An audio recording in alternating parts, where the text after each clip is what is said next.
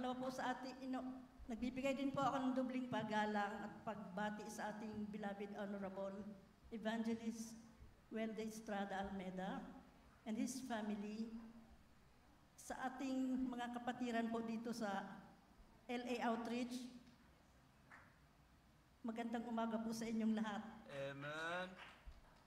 Ako po ay lubos na nagpapasalamat sa ating pinakamamahal na Panginoon Jesus dahil hindi ko po pinangarap ito na ako'y makarating sa kahit isang outreach dito sa US.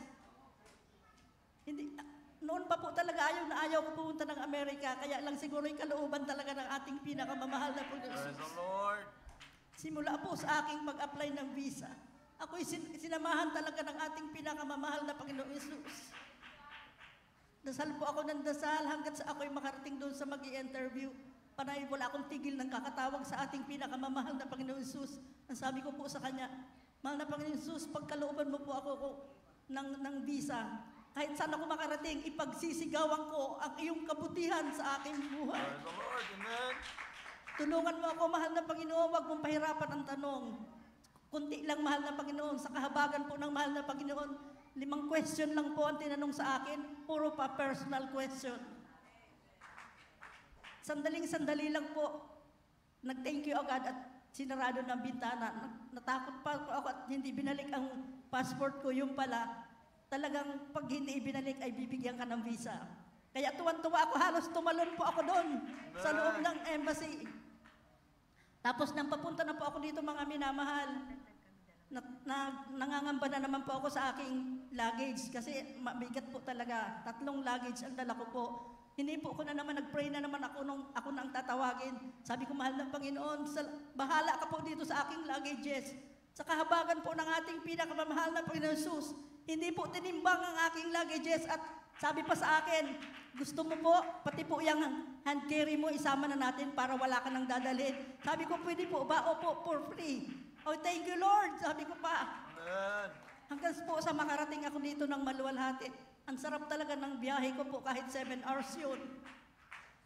Hindi po ako natatakot. Sige ko lang po ang papuri-puri sa mahal na Panginoon.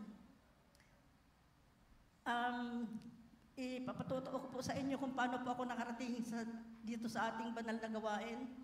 That was 1992 po, nung panahon ng drought sa Manila. Sa Philippines po, nung si mahal na pastor po ay nanghahamon nung sino manalangin ay magpapaulan at siya ay nasa katotohanan. Ako po ay nabigyan noon ng leaflets sa Cubao.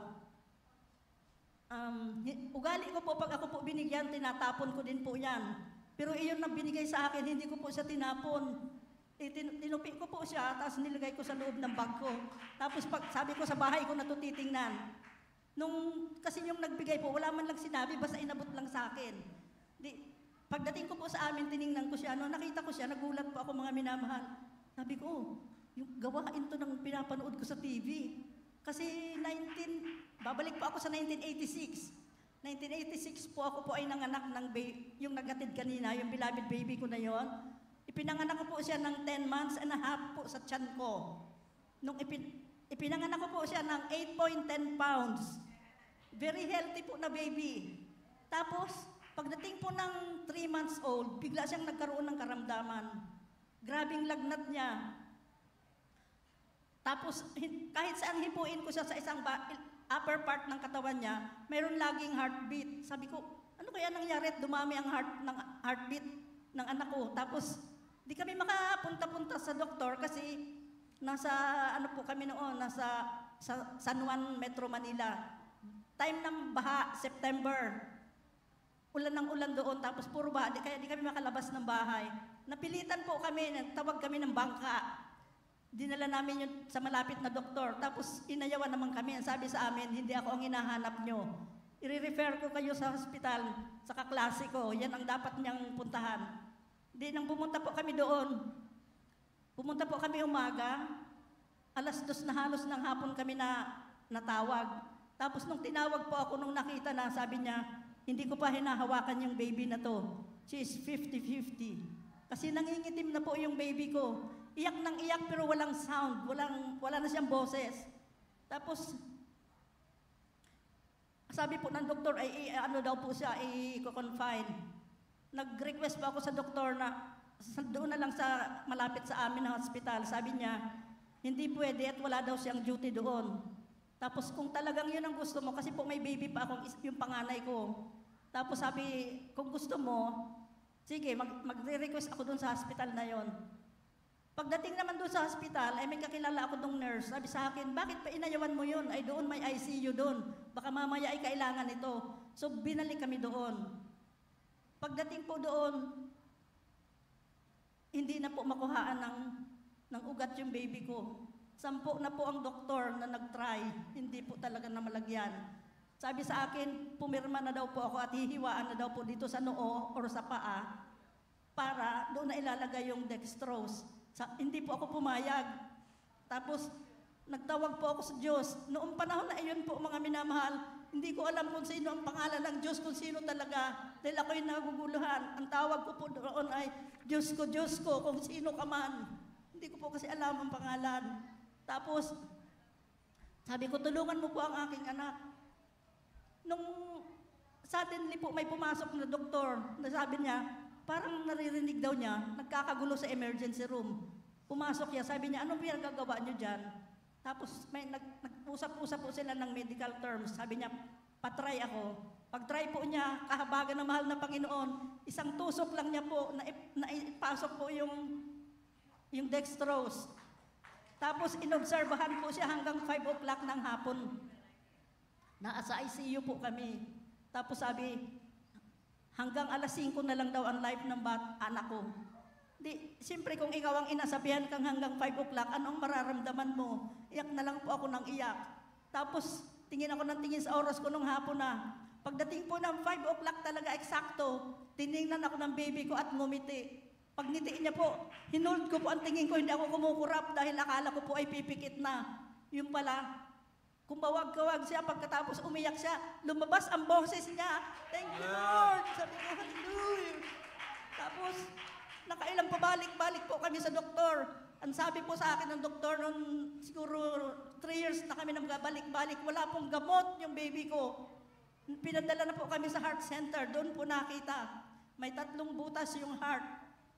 Dinagulat ngayon yung pedyan niya. Sabi niya, paano nangyari to? Saan galing? 3 months ko siyang hawak. Normal na baby. Healthy. Kaparaanan po mga minamahal ng ating pinakamamahal na Panginoon Jesus. Paano ko po nasabi? Kasi nung pabalik-balik na kami, sabi sa akin ng doktor, Mrs., ako ay napapasil na dyan sa iyong anak. Ang hanapin mo na ay miracle. Ang sabi ko po, saan ko hahanapin yung miracle na yan? Akala ko po mga minamahal, ang sinasabi niyang miracle ay yung mga quack doctors, yung ganon. Tapos sabi, pag uwi ko sa amin, mag-aalas 3 na po yon, kakain pala ako ng tanghalian. Sabi ko sa beloved Jenan kong babae, sabi ko, buksan ko muna ang TV bago tayo kakain. Pagbukas ko po ng TV, mga minamahal, doon naman ako nagulat ulit.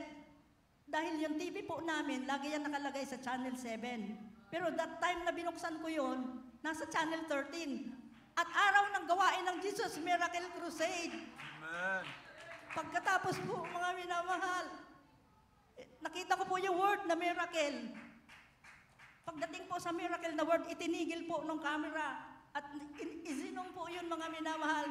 Nung sinom niya ng matagal, kinilabutan po talaga buong katawan ko, tapos tumuluha ako. Sabi ko sa binan ko, ito siguro ang sinasabi sa akin ng doktor. Hallelujah. Kaya lang mga minamahal, ang binan ko ay sarado katoliko po. Hindi talaga ako binigyan ng chance makarating. That was 1986. Binantayan talaga ako ng katulong, di ako nakakapunta doon. Tapos, marami pa ang dumaan sa buhay ko ng mga trials. 1992 comes, ayun po, nabigyan ako ng leaflets. Tapos, May 2, 3, tsaka 10, 1992. Hindi po kami nakarating ng May 2 and 3 kasi nahadlangan. Sabi ko sa mga beloved ko, kung ayaw nyo kahit ako mag-isa sa May 10, pupunta talaga ako. Kasi bago yun mangyari, mga minamahal, nararamdaman ko talaga deep inside my heart na gusto ko maging born again, di ko lang alam kung saan. Kaya ang mahal na Panginoon talaga ang nag-guide sa akin. Walang tao ni isa man na nagturo. Mahal na Panginoon ang tumawag sa akin. Amen. Tapos, May 9 po mga minamahal, a day before nung sa grandstand, krusada. Hindi po ako nakakatulog. Tapos sabi ko, manood kaya ako ng TV para mapuyat ako, makapikit ang mata ko. Humiga ako sa couch, tapos binuksan ko yung TV. Nandoon na naman po ang TV sa Channel 13. Tapos magsasalita na si mahal na pastor. Pag narinig ko yung sabi niya, wala daw pumatol sa kanyang hamon. Sige, May 10, babalik. Ako ay mananalangin, magsawa kayo sa ulan. Nagulat ako mga minamahal. Tapos tumuyo ako sa couch, nilapitan ko ang television, hinawakan ko si mahal na pastor, ginanyan ko siya. Sabi ko, sige, pag umulan, sa inyo na ako. Tapos sinalita ko talaga yun mga minamahal. Pagdating ng May 10, andun na kami sa Luneta, dala ko yung maliliit na bata. Yung anak kong may butas sa heart, hindi ko sinama. Nasa bahay lang. Tapos sabi niya ay pagdating namin doon, pagkainit-init talaga, kaya gusto kong mapatunayan ni mahal na pastor kung talagang uulan. Kasi sabi ko saan galing, tiningnan ko pa ang langit, wala naman talaga iuulan. Grabing init. Doon ako sa harapan mismo ng grandstand nakatayo. Nung narinig ko ang boses ni mahal na pastor na nagsabi ng, let us pray. Pag sabi ko niyan, may nagsalita po sa tenga ko na left ear ko nang sabi niya, sige nga, pag umulan, sa inyo na ako. Boses lalaki po, mga minamahal. Hinanap ko pa siya, sabi ko, sino kaya iyon? Sinabi ko yung kagabi Tapos, pagkatapos nun may humawak dito sa kaliwa ko dito, at sa kanang ulo ko dito, binihin po ang ulo ko at iginanyan ako. Pag tingala ko gano'n, nakita ko, ang dilim na ng langit at tumulo po ang ulan. Iyak ako ng iyak, mga minamahal. Hindi ko alam kung bakit ako umiiyak. Di ko mapigil ang aking iyak talaga. Nagtatanong ang mga baby ko, bakit daw ako umiiyak? Sabi ko, hindi ko rin alam, hindi ko alam. Totoo, totoo, totoo. Sige, pasigaw ng totoo. Hallelujah, hallelujah. Kay buti na mahal na Panginoon talaga. Ang dami niyang pagpapalang binigay sa akin magmula nung siya makilala ko dito sa gawain ito. Kulang ang isang araw, mga minamahal, upang patutuwang. Sabi ko sa iyo, panagpala ako ng ating pinakamamahal na Panginoon Jesus. Kung hindi sa mahal na Panginoon Jesus, ako'y matagal na rin pong patay. Dahil sa problema ko, mga minamahal, sa Quezon Avenue, malapit sa gawain. Nakago, mga minamahal, tinakbo ko yun. Tinawid ko talaga dahil mapasagasa na ako. Save na ako nun, mga minamahal.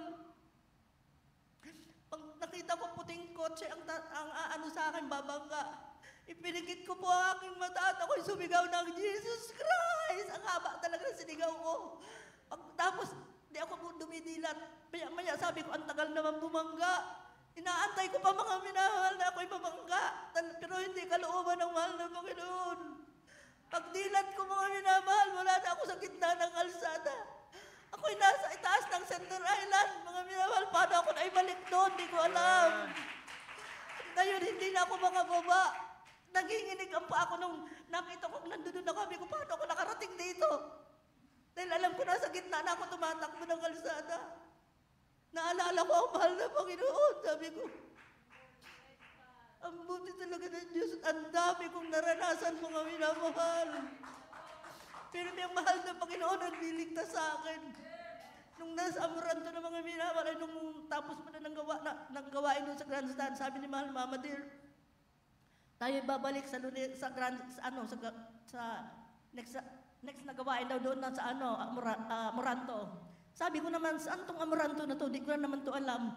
Mga minamahal, ilang taon ko na dinadaanan ng Amoranto na yon. Di ko alam na yun pala ang tunay na gawain ng mahal na Panginoon Jesus.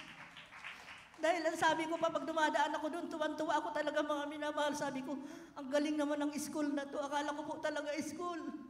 Dahil ang daming tao, tapos nakikita ko, uniform ang damit, uniform pati buhok. Dahil lahat mahaba, napansin ko talaga, mga minamahal. Tapos hindi ko alam na isang araw pala, ako'y dadalhin din doon ng mahal na Panginoon. Tapos, Nung pabalik-balik ko na sa pagsamba doon, pag natatanaw ko na po ang Amoranto, grabing kaligayahan po talaga ang aking nadarama.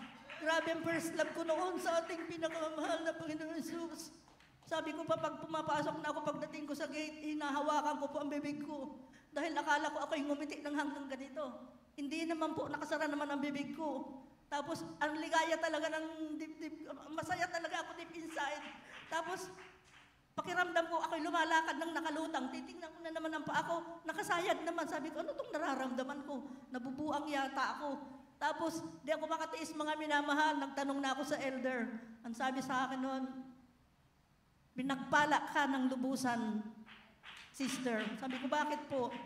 Welcome na welcome ka ng mahal na Panginoon Jesus. Sabi ko, ganun po. Kaya mula po noon mga minamahal, mainit po talaga ako naglilingkod noon. Kahit TV program, napunta po ako mga minamahal noon. Hindi ko iniinda ang hirap at pagod. 4 ang anak ko po mga minamahal. Ang eldest ko noon ay 8 years old. Tapos, ako lang mag-isa. Bit-bit ko po yun mga minamahal. From sa bahay po namin, pag nag-overnight, nung sa Marikina na, 4 na beses po kami nililipat ng sasakyan. Imagine nyo po, 4 na batang maliit. Ako mag-isa. May malaking bag para ang mga higaan nila, dede nila, lahat na andun mga minamahal, di ko yun iniinda. Tuman-tuwa pa kamo ako pagpapunta na ng gawain. Yes, nararamdaman ko lang ang pag tinitingnan ako ng mga tao sa jeep, nababasa ko po ang kanilang mga tingin. Doon ako nakakaramdam ng sabi ko, nahiya tuloy ako sa sarili ko. Tinitingnan ko ang mga kasama ko. Parang sila ang hirap na hirap, mga minamahal ng pagtingin nila sa akin. Pero ako, masayang-masaya ako, di ko yun iniinda. Amen. Minsan, inakyat ko na yung mga baby ko sa bus. Tatakbo na ang bus, nasa ibaba pa ako. Sisigaw ang ibang pasahero, naiwan pa ang ina. Kaya titigil uli ang bus. Ganon kahirap mga minamahal. Pag pauwi, nakikipaghabulan kami ng jeep. Imagine mo 4 na maliit na bata, makihabulan kami ng jeep para lang may makasakay kami. Ang hirap sumakay, pero di ko yun nakita. Di ko nakita ang hirap doon. Mabasa, may ulanan, matuyo. Bahala ang mahal na Panginoon sa amin. Mga minamahal, napakarami. Parami kong mga major testimony. Sa pag mamadali ng pagsamba, naiwanan namin one time ang plancha. Talagang nakahahay talaga siya. Nakapatong sa kabayo mismo ng isa plantsahan. Naiwanan talaga yun. Kasi ang tatay namin ay adult square din noon. Pag nakabihis na yon, panay na yun, tara na. Natatataranta kami lahat. Tapos nung naiwanan na yung, kung kailan naalis kasi sa mamamalansya, naiwan ang plantsa, hindi nahugot. Ako ang pinakaunang umakyat after ng gawain sa Marikina noon. Hallelujah, in Jesus' name. Nung pagtingin ko sa kwarto, nakasaksak ang plantsa, tinakbo ko agad. Paghipo ko, malamig na malamig po ang plantsa, mga minamahal. Tinignan ko nakahay. Sabi ko, oy, iningatan tayo. Hindi tayo nasunog. In Jesus' name, hallelujah. Nakaranas din ako mga minamahal ng hold-upper. 11 o'clock ng gabi, nag-uuwi po ako galing sa trabaho, uwi pa, naglalakad papunta sa amin. 3 kanto pa bago ang bahay namin. Kumakanta po ako ng God's not dead, He's alive. Dahan-dahan lang po ang kanta ko, pabulong-bulong lang. Maya-maya may buhat na gundong sa likuran ko. Tapos sabi ko, naglalakad tuloy ako ng gilid na ako sa pader. Pero sabi ko, bakit hindi nag-overtake? Nilingon ko siya, mga minamahal, hold-upper pala. Matangkad na lalaki, tapos ang talas ng kutsilyo na, kumikintab. Hindi ako mga minamahal nakaramdam ng takot. Lalo kong nilakasan ang kanta ko. Nagagalit siya sa akin. Ang sabi niya, ang ingay-ingay mo kanina ka pa, huwag kang maingay, sabi ko. Nilingon ko pa siya, sabi, akin na yan. Sabi ko, kanta pa rin ako. Sunod naman siya ng sunod. Pero yung kutsilyo, hindi sa akin pinantatakot. Tapos sabi ko, bakit ba? Sabi, akin na yan. Sabi ko, ang alin? Sabi, ang wallet mo. Tama-tama mga minamahal, kasi nasa sales ako noon, talagang maraming laman ng pera sa bag ko. At kakukolekta ko lang noon, isasubmit ko kinaumagahan pa sa office. Tapos, sabi niya yung wallet ko daw. Nairita ako mga minamahal, hindi ko siya na-review. Kasi parang nagkulang din ako ng oras na yun. Tapos, ang sinabi ko, ay nung ano pala, hindi wallet ang binigay ko kundi bag ko dahil nakukulitan ako eh. Binigay ko sa kanya. Tapos nung naibigay ko na, doon ako natauhan. Tiningnan niya pa ako mga minamahal nung kinuha niya yung bag ko. Tapos sabi ko, lumayas ka! Pinalayas ko pa siya mga minamahal. Tapos, nung naibigay ko nang tumakbo na siya, tiningnan ko ang bag ko, wala na sa akin. Sabi ko, totoo ba to? Tumingal ako ngayon sa langit, mga minamahal, nanalangin ako. Sabi ko, mahal na Panginoon, alam mo ang kung gaano kalalim ang panampalataya ko sa iyo. Ibabalik mo yun, alam ko ibabalik mo yung kahit yung susi na lang ng bag ko. Ay susi namin sa bahay. Kasi mga minamahal, andun ang ID ko, may address. Andun ang susi ko. Tapos yung mga resibo ng collections ko nandoon. Tapos habang tumatakbo po siya, mga minamahal, mayroong isang lalaking ginamit ang mahal na Panginoon. Magsisigarilyo daw sana siya sa pintuan ng bahay nila. Parang nakakarinig daw siya sa labas ng sumisigaw na babae na humihingi ng saklolo. Tapos nung pagsilip niya sa gate, nakita niya ako, nilapitan niya po ako. Sabi, humihingi ka ba tulong? Sabi ko, hindi po. Bakit po? Sabi, may nasirinig akong babae, sigaw ng tulong. Sabi ko, hindi. Wala naman ako naririnig. Ako lang ang tao rito. Tapos sabi niya, ano yung lalaking natanaw ko na tumatakbo? Sabi ko, dala po nun yung bag ko. Pagkasabi ko daw po nun, mayroong humawak sa paa niya, pinatakbo po siya na kahit anong pigil niya, tumatakbo pa rin ang paa niya. Hinabol niya po yun, mga minamahal. At alam niyo po kung saan pumunta? Umupo sa tapat ng bahay namin, yung hold-upper. Pag upo niya doon, tama-tama, may mga 5 katao din yata yun na nakatambay doon. Inabutan niya yun doon, na grupo na yun. Yung humahabol. Tapos sabi, nung naghahabol, ano yung, may nakita ba kayong tumatakbo? Sabi nila, wala. Nagtinginan sila. May nakita silang bagong muka. Tinanong nila, dahil sinabi nga na may hinuldap yan, taga rito daw. Di tiningnan nila, sabi, ikaw ba? Nakita nila, nakakimkim ganyan ang bag. Ibinigay sa kanila. Tapos nung binuksan, tawa daw sila ng tawa dahil sabi, ito ang bahay, oh. Nung hinuldap. Nauna pa sa akin, mga minamahal, umuwi yung bag ko. Tapos, hindi kinatok ngayon ng mga tambay yung bahay namin. Dumungaw yung mga anak kong maliit, sabi nila. Sabi, andito yung bag ni mama mo. Tapos sabi, bakit bag? Nasaan si mama? Tapos sabi, nandun si mama mo sa taas, naiwan doon. Tapos bumalik po doon yung humahabol. Hingal na siya. Hindi na siya makahinga sa kakatakbo. Tapos sabi niya, nandun na ang bag mo, nakauwi na sa inyo. Sabi ko tuloy, hallelujah, praise the Lord, thank you Lord. Tapos sabi, kasi nung una, tinatanong ko kung ipablatter daw namin. Sabi ko, hindi. Mahal na Panginoon ng aking pulis. Siyang nakakaalam kung nasaan na siya ngayon. Kasi kung sa pulis, hanggang report lang yan, walang mangyayari. Ayun nga, talaga naman ang mahal na Panginoon talaga ang naging pulis ko. Naibalik talaga ng walang nawala. Handle ng bag, pinutol niya eh. Tapos tinapon. Apulot naman ng magtitinda ng balot. Ay hanggang dito lang muna, mga minamahal. Next time again. Pagkaloobang ako'y makasamba muli dito.